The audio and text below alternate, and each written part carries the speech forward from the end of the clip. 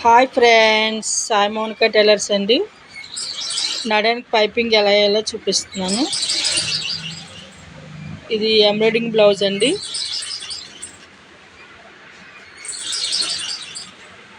Work అయితే ఇది ఇలా వచ్చిందండి.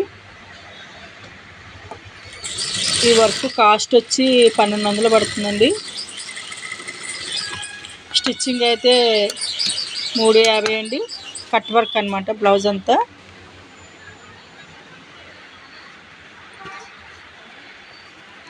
ఫ్రంట్ కూడా బ్లూ పైపింగ్ వేస్తున్నా.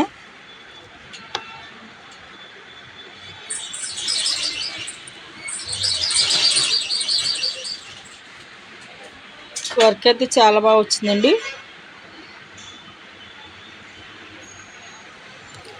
స్టిచ్చింగ్తో 1550 రూపాయలు పడుతుంది అనమాట.